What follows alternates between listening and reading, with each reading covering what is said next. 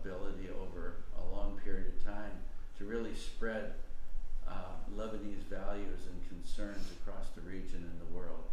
Another issue we're worried about, education and healthcare. So these are all things that are coming together. I'll stop there and see if we have some questions. Mr. Ambassador, on your last visit, you expressed your concerns and fears that Lebanon might be heading into becoming a failed state. That was a few months ago. Are we there yet?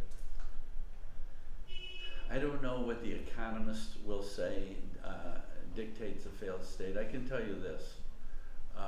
In our meetings last summer, Adam, you're right. We said to the top brass in this country, if you don't do anything by the end of the year on electing a president and an economic package under IMF, you'll be in charge of a beggar state. Well, here we are, and that's what I told them. Here we are. So time has run out. We have to now move on a presidency, and they need a new way of finding those candidates that are clean, capable, and reform-minded. And they have to quit their bickering about what is the perfect economic package. But they have to be listened to as well. The parliamentarians have opinions. They have expertise. They're smart people.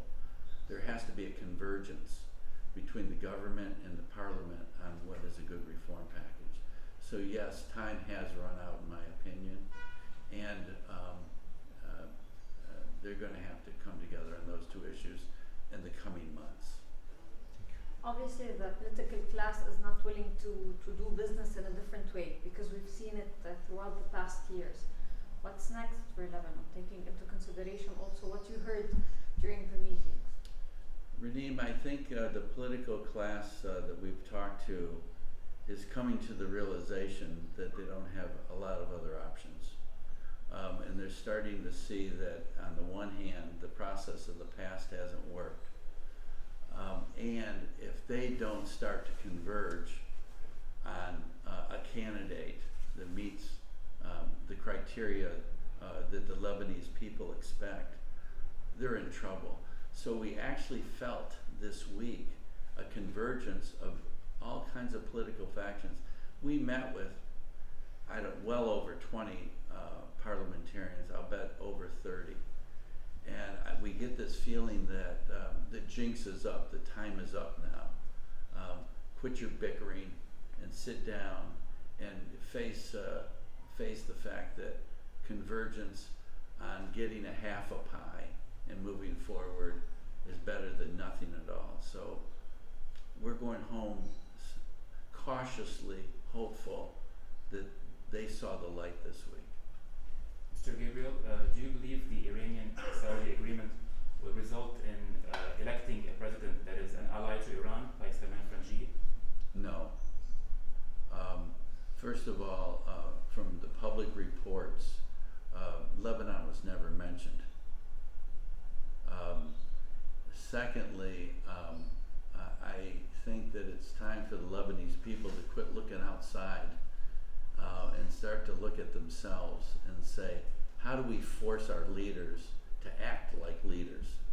That's where the action should be. Now, if this agreement takes hold during Ramadan, there's a chance that they can find commonality together, exchange ambassadors, go to the Hajj or go to Mecca. They'll have those opportunities maybe to engage. Coming out of Ramadan, does that mean that they're friendlier and that they increase their dialogue? Maybe, but that's nothing for us to hope on. That's down the road. That's hopeful down the road. Let's just face today. Today it's the Lebanese people that have to elect a president. The other thing is, we keep getting asked, who do you want? Who do you want? Well, that's not for us to choose. But we hope he or she is clean, capable, and addresses the needs of the Lebanese people once and for all. It's a smart people. This country can rise up better than any other country in the world at this point, but they got to take their country seriously. Thank you.